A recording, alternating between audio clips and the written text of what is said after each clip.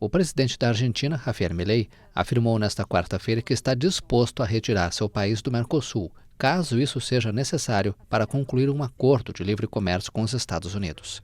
Se a condição extrema fosse essa, sim, respondeu o chefe de Estado quando questionado sobre a possibilidade de a Argentina deixar o Mercosul para firmar um acordo com Washington.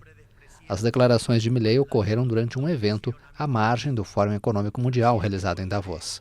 O líder argentino anunciou em dezembro que pretende impulsionar um tratado de livre comércio com os Estados Unidos.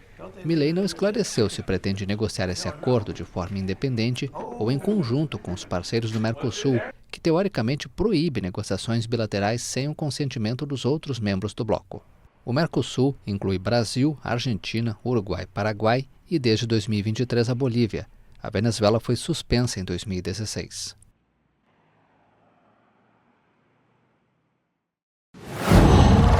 Qual?